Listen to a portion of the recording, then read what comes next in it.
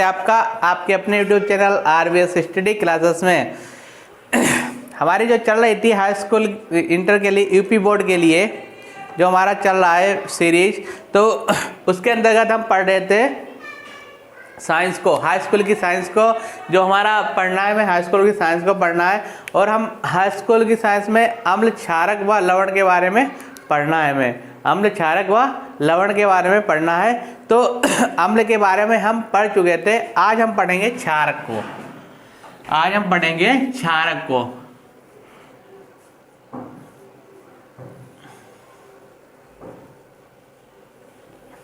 आज हम पढ़ेंगे क्षारक को। क्षारक ठीक है, कहाँ से आ रही है कोई बात नहीं। तो हम पढ़ेंगे क्षारक को। तो आप लोग जो पहली बार चैनल को देख रहे हैं तो वो चैनल को सब्सक्राइब जरूर कर लें और इसे अधिक से अधिक शेयर आप लोग कर दिया करें।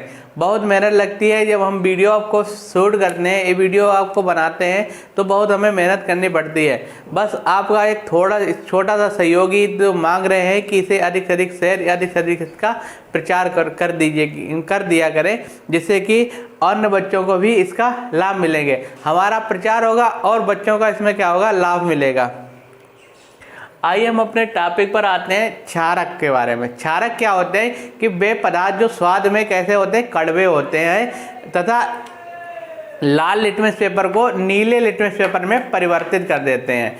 यानी वे पदार्थ जो स्वाद में कैसे होते हैं, वे पदार्थ जो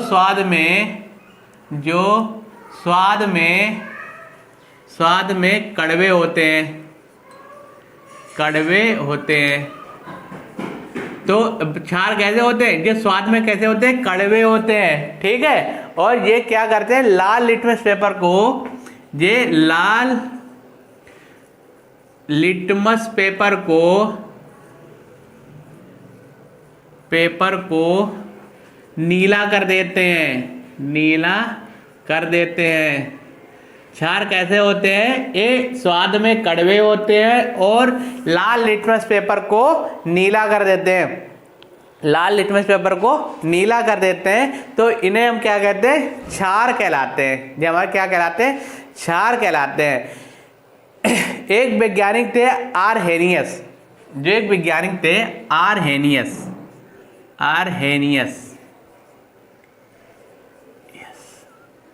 वैज्ञानिक थे आरहेनियस महोदय। उन्होंने क्षार के बारे में बताया। उन्होंने कहा कि वे सभी पदार्थ जो जल में तो वियोजित होकर ऋणायन देते हैं। उन्होंने बताया कि वे सभी पदार्थ जो जल में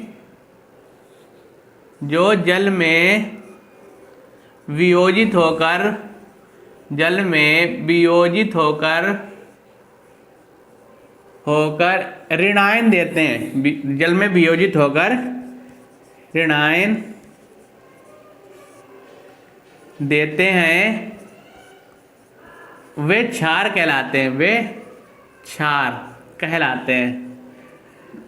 ये वैज्ञानिक परिभाषा है। विज्ञान के अनुसार वैसे क्षार क्या होते हैं, वे पदार्थ जो स्वाद में कैसे होते हैं। अगर पूछा जाए क्षार का स्वाद कैसा होता है तो हम क्या बताएंगे, कड़वे होते हैं, कड़वा होता है स्वाद, ठीक है। और अगर पूछा जाए कि ये लाल लिटमस पेपर पर इसका क्या प्रभाव पड़ता है तो ये लाल लिटमस पेपर को क्या कर देते हैं, नीला कर देते हैं, ठीक है।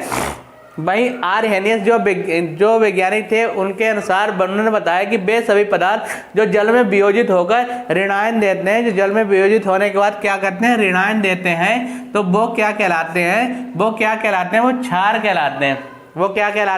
क्षारक कहलाते हैं, ठीक है। क्षार या क्षारक कहलाते हैं, ठीक है। तो क्या होता है कि आरहेनियस ने बताया था कि वे सभी पदार्थ जो जल में वियोजित होकर ऋणायन के रूप में केवल ऋणायन देते हैं। ऋणायन के रूप में क्या देंगे, ऋणायन देते हैं नहीं, ऋणायन के रूप में क्या देते हैं, हाइड्रोक्सी आयन देते हैं।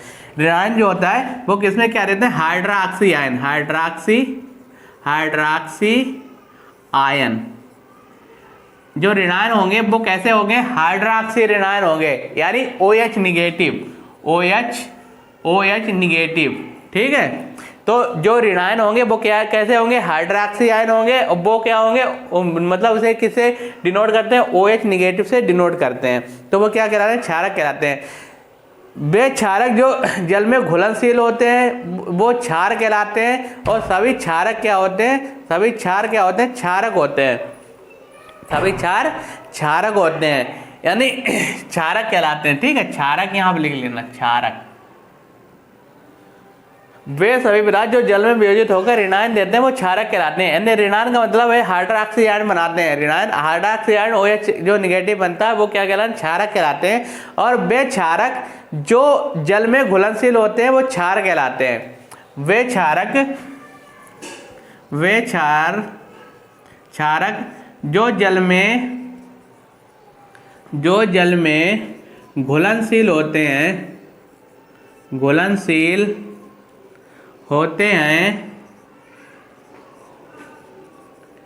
उसे क्षार कहते हैं, उसे क्षार कहते हैं, उसे हम क्या कहते हैं, क्षार कहते हैं। जो क्षारक जो जल में घुलनशील होते हैं उन्हें हम क्या कहते हैं, उन्हें हम क्षार कहते हैं। ठीक है, और सभी क्षार जो होते हैं वो क्षारक होते हैं, सभी क्षार क्षारक होते हैं, क्षारक होते हैं, सभी क्षारक क्या होते हैं, सभी क्षारक होते हैं। किंतु सभी क्षारक जो होते हैं, किंतु सभी क्षारक क्षार नहीं होते हैं, सभी क्षारक क्षार नहीं होते हैं। ठीक है, सभी क्षारक क्षार नहीं होते हैं। यानी क्या है कि वे क्षारक जो जल में घुलनशील होते हैं तो वो क्या कहलाते हैं, वो जल में घुलनशील होते हैं वो क्या कहलाते हैं, वो क्षार कहलाते हैं। और सभी क्षार जो होते हैं वो क्षारक होते हैं, किंतु सभी क्षारक क्षार नहीं होते हैं, सभी क्षारक क्षार नहीं होते हैं। ठीक है, ये नोट कर लो आप। अब आती है कि क्षारक की जो अवक्रियाएं क्या कहलाती हैं, क्षारक की जो अवक्रियाएं होती हैं उन्हें अवक्रियाओं को हम कैसे करते हैं। क्षारक की जो अवक्रिया होती है, यानी सक्रिय धातुओं से जब इसकी क्रिया कराते हैं, अवक्रिया कराते हैं तो क्या होता है, क्षारक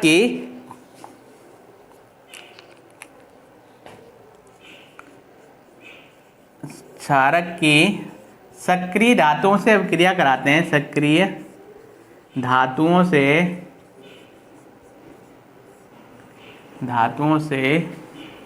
अवक्रिया। तो सक्रिय धातुओं से जब अवक्रिया कराते हैं, क्षारक की सक्रिय धातुओं से जब अवक्रिया होती है तो क्या होता है, यानी क्षारक सक्रिय धातुओं जैसे सक्रिय धातुओं जैसे होती है जिंक, एल्युमिनियम, आयरन इत्यादि जैसे धातुओं से अवक्रिया करके क्या करते हैं, लवण बनाते हैं। सक्रिय धातु से अवक्रिया करके लवण बनाते हैं। ठीक है, ये लवण बनाते हैं। यानी क्षारक की जब सक्रिय धातुओं से अवक्रिया होती है तो क्या बनता है, लवण बनता है। ठीक है, क्या बनता है, लवण बनता है। जैसे 2 एल्युमिनियम की कराते हैं, 2Al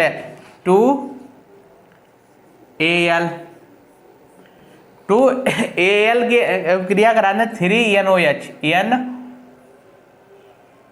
NaOH से। ठीक है, NaOH से।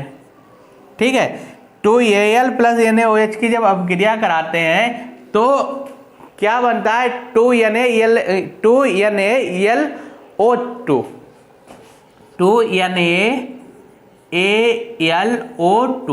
ठीक है, 2NaAlO2 और बनता है 2H2O।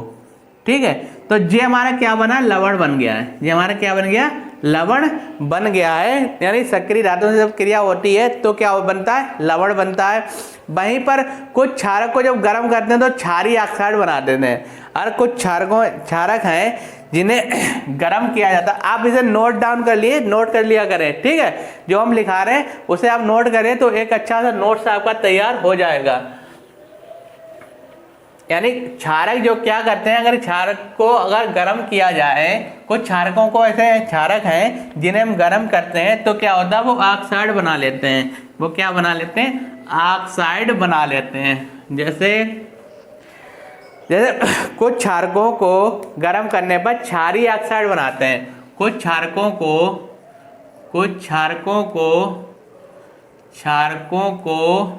गर्म करने पर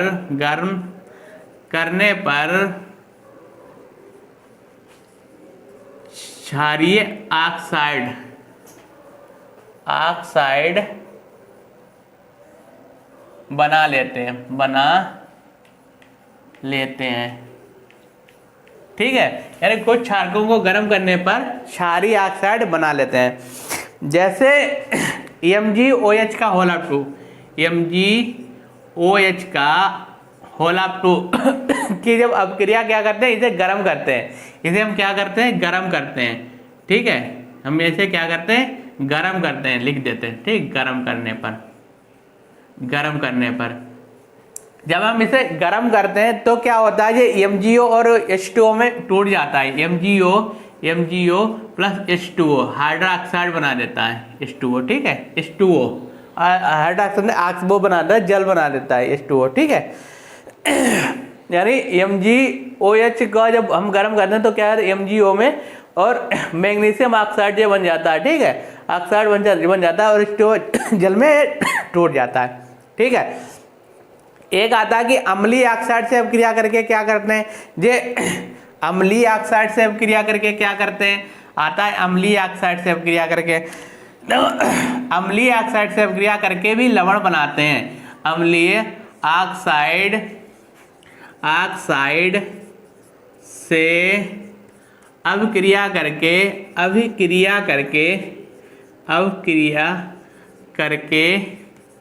लवण बनाते हैं। क्षारक क्या करते हैं, ये अम्लीय ऑक्साइड से अपक्रिया करके क्या करते हैं, ये लवण बनाते हैं। जैसे CO2 की क्रिया, जब CO2 की क्रिया NaOH से कराते हैं, NaOH से कराते हैं, जब CO2 की क्रिया NaOH से जब कराते हैं तो क्या बनता है, Na2CO3 बनता है। Na2CO3 बनता है। ये क्या है, हमारा लवण है।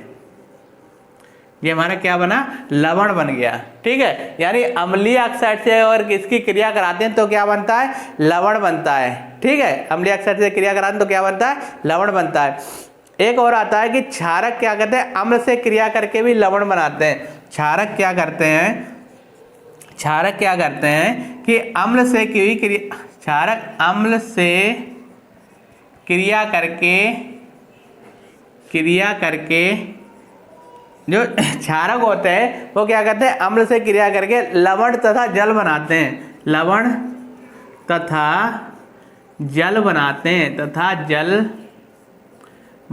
हैं। ठीक है, क्या करते हैं, अम्ल तथा लवण बनाते हैं, लवण तथा जल बनाते हैं। जैसे 2HCl की जब क्रिया कराते हैं, 2HCl की जब क्रिया होती है, किससे कराते हैं हम, CaOH का होल ऑफ 2 से जब अपक्रिया कराते हैं। ठीक है, होल ऑफ 2 से जब अपक्रिया कराते हैं तो CaCl2 बनता है, CaCl2 बनता है, प्लस क्या बनता है, जल बनता है। क्या बनता है हमारा, जल, 2H2O बनता है। ये थी हमारी जो क्षार के साथ जो रासायनिक क्रियाएं जिन्हें पेपरों में पूछा जाता है। बहुत इंपॉर्टेंट क्रिया है, इनको पेपरों में पूछा जाता है। ठीक है, तो ये तो थी क्षार की अभिक्रियाएं। और एक इसी में आता है हमारा, पूछा जाता है क्षार का उपयोग बताओ, क्षारक का उपयोग बताओ। ठीक है, तो क्षारक का जो उपयोग है देख लेते हैं। क्षारक का उपयोग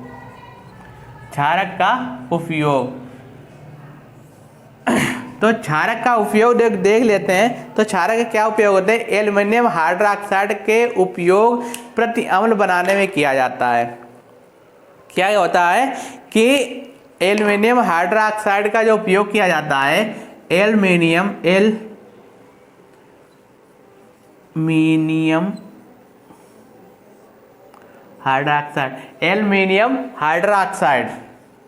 हाइड्रोक्साइड का उपयोग, यानी क्षारक में एल्युमिनियम हाइड्रोक्साइड का उपयोग प्रति अम्ल बनाने में किया जाता है, प्रति अम्ल बनाने में किया जाता है, प्रति अम्ल बनाने में किया जाता है, बनाने में किया जाता है। यानी एल्युमिनियम हाइड्रोक्साइड का उपयोग कैसे करते हैं? प्रति अम्ल बनाने में करते हैं। ठीक है, फिर आता है कि हमारा सोडियम हाइड्रोक्साइड का उपयोग साबुन या अपमार्जक के रूप में किया जाता है। किसका? सोडियम हाइड्रोक्साइड, सोडियम हाइड्रोक्साइड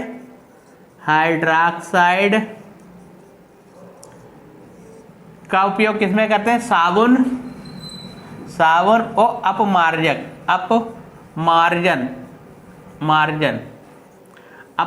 बनाने में अपमार्जक बनाने में किया जाता है। ठीक है, सोडियम हाइड्रोक्साइड का उपयोग कैसे करते हैं? साबुन या अपमार्जक बनाने में किया जाता है। नेक्स्ट आता है कि अमोनियम हाइड्रोक्साइड का जो उपयोग होता है वो अमोनियम क्लोराइड तथा प्रयोगशाला में अभिकर्मक के रूप में किया जाता है। अमोनिया हाइड्रोक्साइड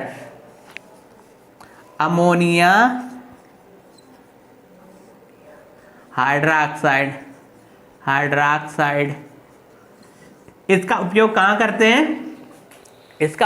करते हैं? अमोनियम क्लोराइड तथा प्रयोगशाला में इसका अभिकर्मक के रूप में किया जाता है। इसका अभिकर्मक के रूप में किया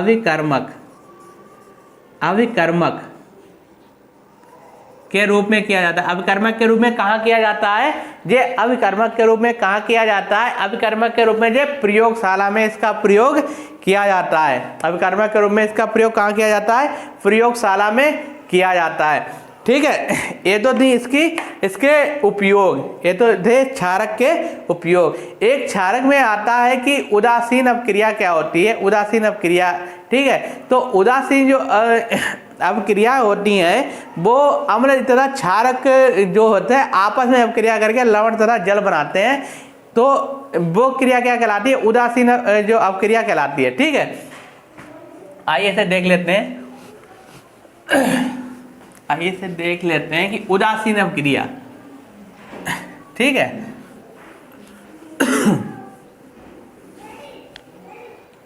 उदासीन अपक्रिया उदासीन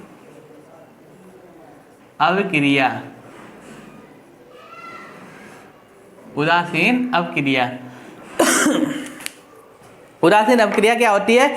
यानी अम्ल तथा क्षार आपस में क्रिया करके अम्ल तथा क्षार आपस में क्रिया करके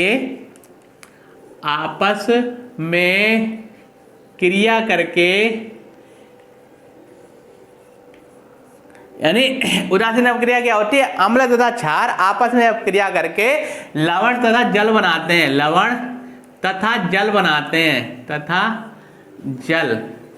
बनाते हैं। तो वे क्रिया क्या कहलाती हैं? वे उदासीन अपक्रिया कहलाती हैं। वो क्या क्रिया क्या कहलाती हैं? उदासीन अपक्रिया कहलाती हैं। जैसे हम HNO3 की जब अपक्रिया किससे कराते हैं? HNO3 और KON अम्ल तथा क्षार की जब अपक्रिया कराते हैं तो क्या बनता है? KNO3 लवण, KNO3 और जल बनता है। KNO3 और H2O, KNO3 और H2O बनता है। KNO3 और H2O बनता है। ठीक है, KNO3 और H2O ये बनता है। ओके, तो ये तो थी हमारी उदासीन अपक्रिया। उदासीन अपक्रिया क्या होती है? अम्ल तथा क्षार की आपस में अपक्रिया कराने पर क्या बनता है? उदासीन अपक्रिया मतलब आपस में क्रिया कराने पर लवण तथा जल बनता है। तो ये थी हमारी उदासीन अपक्रिया। तो यहाँ पर हमारा जो क्षार का जो टॉपिक था ये पूरा होता है। नेक्स्ट हम पीएच को पढ़ेंगे, पीएच पैमाने को पढ़ेंगे, पीएच पैमाने के बारे में जानेंगे। ठीक है, तो पिछले 2 दिनों से आपको वीडियो नहीं मिल पा रही थी, कुछ समस्याएं चल रही थी, तो बिल्कुल व्यस्तता के कारण ये आपकी वीडियो नहीं मिल पा रही थी। थोड़ा आप लोग धैर्य रखिए और सारे सब्जेक्टों की जो यूपी बोर्ड के सारे सब्जेक्ट हैं, जो ये सारे सब्जेक्ट का मतलब खास सब्जेक्ट हैं जिनकी आपको कोचिंगें लगानी पड़ती हैं, उन्हें हम आपको निःशुल्क ही यहाँ पर पूरा आपको बताएंगे, पूरा आपको समझाएंगे, एक एक बात को आपको 10-10 बार समझाएंगे, जिससे कि आपके दिमाग में भर जाए, जो बात दिमाग में जो बात आपको भर जाए और ये कभी भी आपको निकल ना पाए। ठीक है, तो आप लोग क्या करें कि जो लोग अभी पहली बार चैनल को देख रहे हैं तो वो चैनल को सब्सक्राइब जरूर कर लें, और इसे क्या किया करें, आप इसे शेयर कर दिया करें, क्योंकि हम एक वीडियो जब आपको शूट करते हैं तो वीडियो तो बनाने में बहुत मेहनत लगती है, बहुत ही काम करना पड़ता है।